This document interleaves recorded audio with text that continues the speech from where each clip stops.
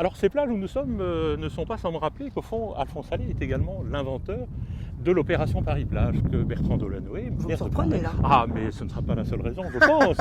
Mais effectivement, il a eu l'idée, et il l'a proposé d'ailleurs à la mairie de Paris, dès 1905, de faire une opération Paris-Plage en démolissant les constructions autour de Paris pour y mettre du sable. Je suis surprise, un avant-garde en plus. Un grand avant-gardiste, Alphonse Allais. On va juste rendre hommage à cette terre de Basse-Normandie qui, de Caen jusqu'au Mont-Saint-Michel, nous accueille. C'est un pays qui a des tripes, pas que à Caen. C'est un pays qui est capable de faire l'andouille et pas qu'à virer. C'est un pays qui fait tapisserie, à Bayeux par exemple. Et c'est un pays qui aboutit donc au Mont-Saint-Michel et rendons hommage à l'archange qui nous protège sans doute et qui nous fait passer ce moment certainement très agréable aussi ensemble. Merci pour votre bonne humeur, en tout cas, mon très cher Étienne.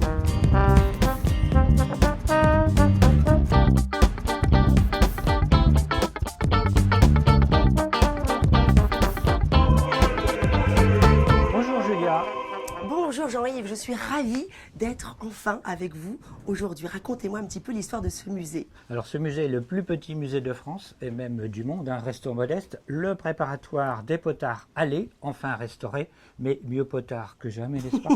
Ou un après-midi d'automne de l'année 1854, né le jeune Alphonse, ici Alphonse Allais au monde, comme il aimait à dire. Il y grandit parmi les bocaux puisque son papa y était pharmacien. Et il y travaille même, et oui, jusqu'à l'âge de 17 ans, puisque son père le destine à prendre sa succession.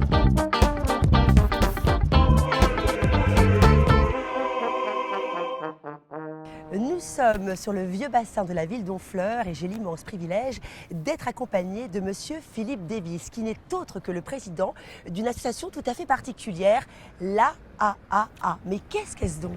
AAAA.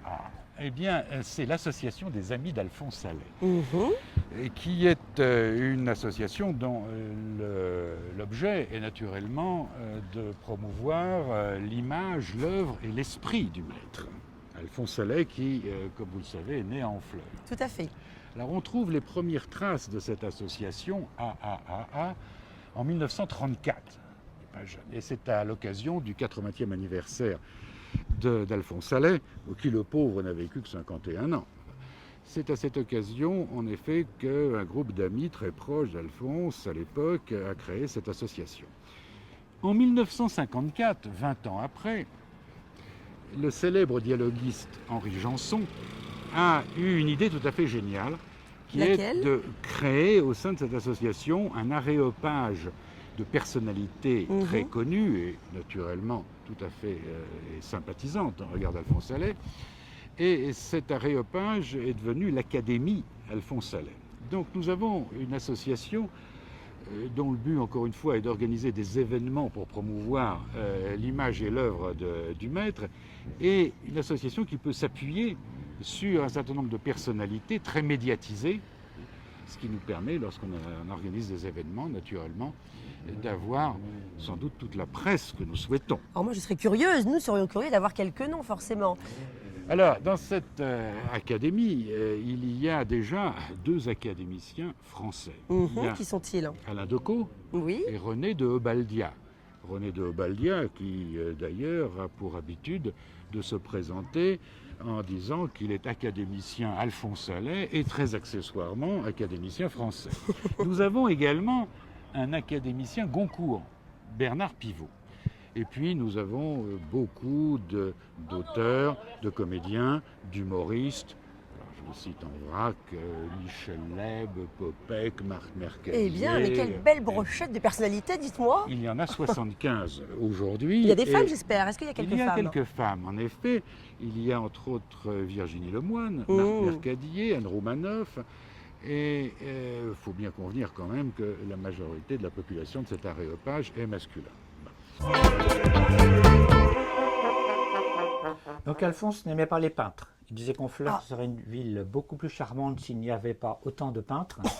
Et pour faire sourire, et oui, de la peinture des impressionnistes, il organise l'exposition Primo Avrilesque, où il expose 6 tableaux monochromes. Nous en avons retrouvé 3. Le rouge, intitulé Récolte de la tomate par des cardinaux apoplectiques au bord de la mer Rouge. Voyez ça? Le jaune, manipulation de l'ocre par des cocus ictériques, Cela va de soi, forcément.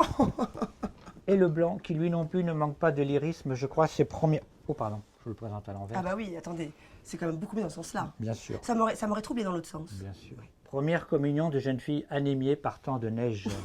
Pardon, je vous prie de m'excuser. Et les deux mélangés, je vous raconte pas le mélange. Hein. Et pour compléter son album primo-avrilesque, parce que ce monsieur avait beaucoup de cordes à son arc, Oui. à tel point, disait-il, que son arc en devenait une harpe, il compose une marche funèbre pour les funérailles d'un grand homme sourd en l'église Sainte-Catherine. Ça me fait d'ailleurs penser à un dicton comme quoi les grandes douleurs sont muettes. Absolument, c'est ce dont Alphonse Allais a parlé. C'est pourquoi les musiciens, puisque l'homme aussi étant sourd, se contenteront de battre la mesure. Oh, quel culot. Quelle audace, ce Alphonse Allais. Voyez ça. Alors effectivement, ce cher Alphonse Allais, qui s'est mis au service de l'humour, comme on l'a dit, le prince des humoristes, effectivement, nous sommes en sa région de Basse-Normandie et on est là en effet pour lui rendre hommage. Alors cette belle région de Basse-Normandie, avec ses plages en particulier, qui n'ont pas connu toujours des moments aussi agréables et souriants que celui qu'on vit ensemble maintenant, virent, il faut-il le rappeler, arriver nos libérateurs qui, le saviez-vous, Julia, dans leur poche avaient ces petites pochettes de café soluble dont l'inventeur... Charles Alphonse Allais. Bravo Julia, effectivement, Charles Alphonse Allais, le grand Alphie, est l'inventeur officiel, il a déposé brevet, donc on l'évoquait, de ces cafés solubles.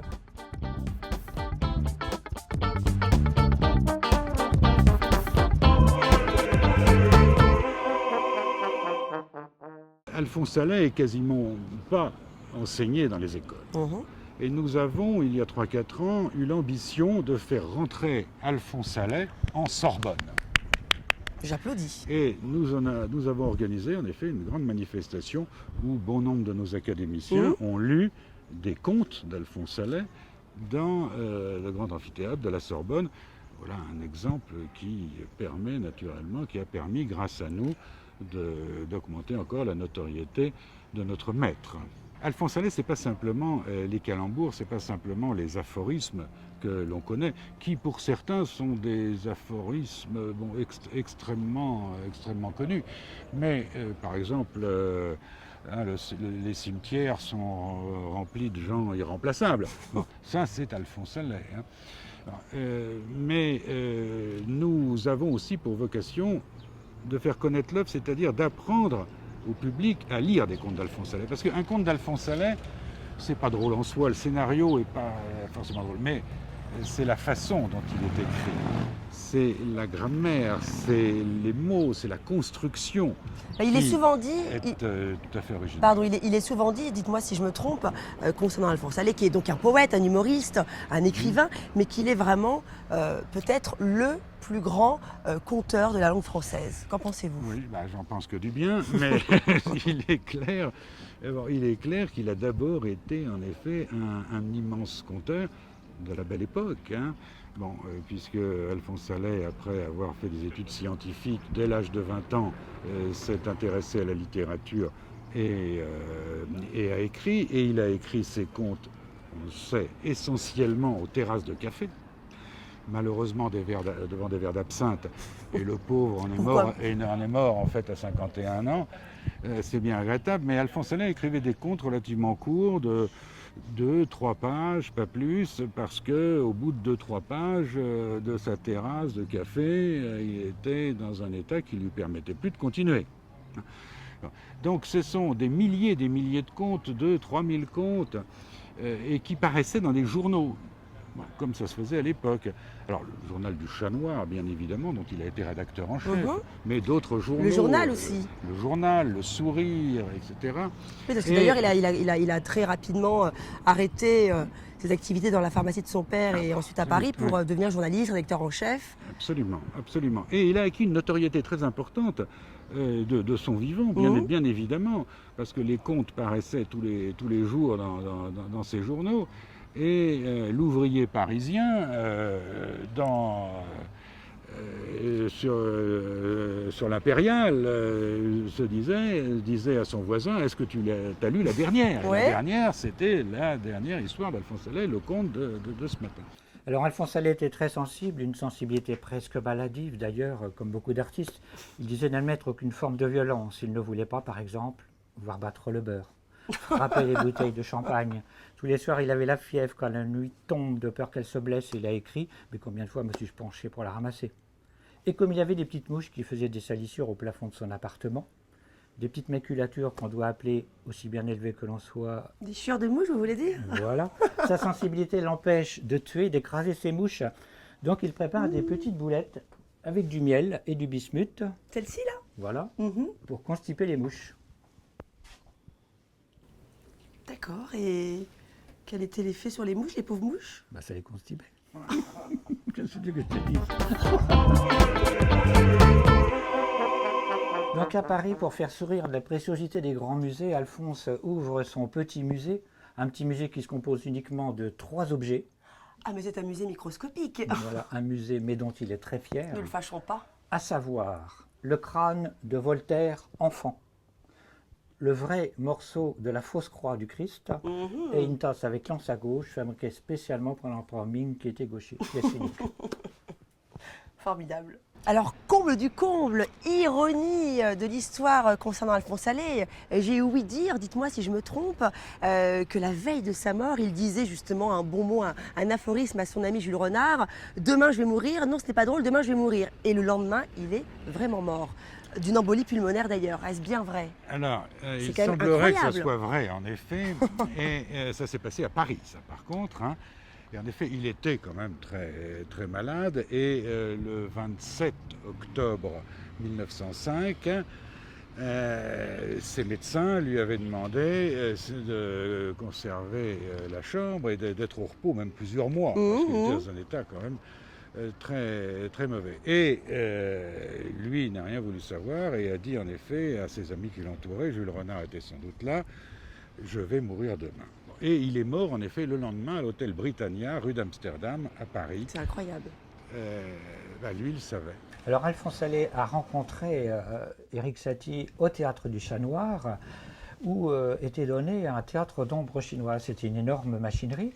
Et pour sonoriser ce théâtre, ces ombres chinoises, un peu comme on sonorise aujourd'hui les dessins animés, Éric Satie jouait du piano, Alphonse Allais jouait du tambour et du clairon, et il y avait aussi un troisième musicien qui à l'époque était inconnu, c'était Claude Debussy.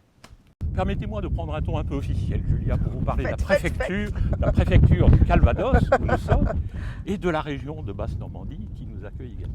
Saviez-vous, Julia, que dans la préfecture, il y a 2 bustes? Non, lesquels? Alors, le premier est un buste d'un grand homme, petit et grand à la fois. Napoléon. Napoléon Ier. Ah, je vous sens Quand on bonapartiste. parle d'un grand petit, moi, en général, Voilà. c'est Napoléon qui ressort. Eh bien, effectivement, au rez-de-chaussée, nous avons le buste de Napoléon Ier. Gravissons les escaliers. Sur qui tombons-nous, Julia? Je vous le donne en 1000. Alphonse Allais! Et vous avez gagné en 3e semaine, bravo. Alors effectivement, Alphonse Allais a son buste juste à l'entrée du bureau de Monsieur le maire. Et il est bon de rappeler que le président Obama, en visite à Caen pour des cérémonies, accompagné de son homologue de l'époque, le président Sarkozy, passa devant le buste d'Alphonse Allais, rencontre de 2 grands hommes. Multiples richesses où on trouve à la fois la mer, la plage, le bocage, le Calvados. C'est d'ailleurs, le saviez-vous, le seul département qui porte un nom d'alcool. C'est vrai. Nous n'en dirons pas plus car nous sommes à la télévision, Julia, mais avec modération, il est bon. En tout cas, merci pour votre bonne humeur et moi je vous propose une petite balade en bord de mer. Eh bien, allons de rechef, chère Julia. Et le hasard a voulu, mais avec Alphonse Allais, il n'y a peut-être jamais de hasard. Le hasard a voulu. Il faut savoir aussi que dans sa jeunesse, Alphonse Allais était fort amoureux d'une danseuse de cabaret, Jeanne Avril. Et le hasard a voulu que cette 2001e visiteuse du Petit Musée soit une ancienne danseuse de cabaret parisien. Incroyable. Mais ici, là où Alphonse Allais, nous irons bien sûr. Alors, il y a aussi une chose qui me taraude depuis tout à l'heure, mon très cher Philippe, c'est cette, comment dirais-je, opulente médaille que vous portez autour du cou et j'aurais aimé savoir un petit peu l'histoire, la genèse de cette médaille. Alors ça, c'est la médaille des académiciens Alphonse Allais, c'est la comète de Halley. Et dans notre organisation, c'est Francis Perrin, le comédien que vous connaissez bien, qui est le garde du sceau de la comète de Halley. Alors, bien sûr que le calembour n'a d'intérêt que depuis que l'on a découvert cette fameuse comète de Halley, dont l'orthographe n'est pas tout à fait celle-là, mais peu importe. Alors je ne peux pas vous quitter, hein, forcément, on ne peut pas vous quitter, je ne veux pas vous quitter sans déguster quelques aphorismes de votre bouche concernant forcément le talent d'Alphonse Allais. Dites-moi quelques-unes. Alors là, j'ai une petite anti-sèche. Hein. Bon. Mais en effet, alors, il y a des aphorismes qui, je vous le disais tout à l'heure, sont très connus. Hein, et il est bien difficile souvent aujourd'hui d'identifier la paternité d'un aphorisme. Parce que Alphonse Allais a été beaucoup pillé. Hein. Un aphorisme que j'aime beaucoup, c'est « l'éternité, c'est trop long, surtout vers la fin ». Hein. Ah, j'adore. Ce n'est pas nous qui tuons Attendez le que temps. attendez que je savoure. Encore, allez-y. Ce n'est pas nous qui tuons le temps, mais bien le temps qui nous tue. Ah oui, ça c'est bien vrai ça. Et puis là, un aphorisme qui est directement lié à cette bonne ville de Honfleur, où il a habité bien évidemment, et il disait « Quand on voit le Havre, il va pleuvoir, quand on ne le voit pas, il pleut déjà. » Il était cynique, il était savoureusement cynique. Puis un aphorisme qui n'a rien à voir entre nous, mais qui dit « C'est quand on serre une femme de trop près qu'elle trouve qu'on va trop loin. » C'est un vrai poète, hein. Oui. C'est un vrai poète. Et puis alors peut-être, pour terminer, deux aphorismes qui sont tout à fait caractéristiques de l'humour alaisien. Faites-nous part de C'est- cela. Un vrai gentleman Oui.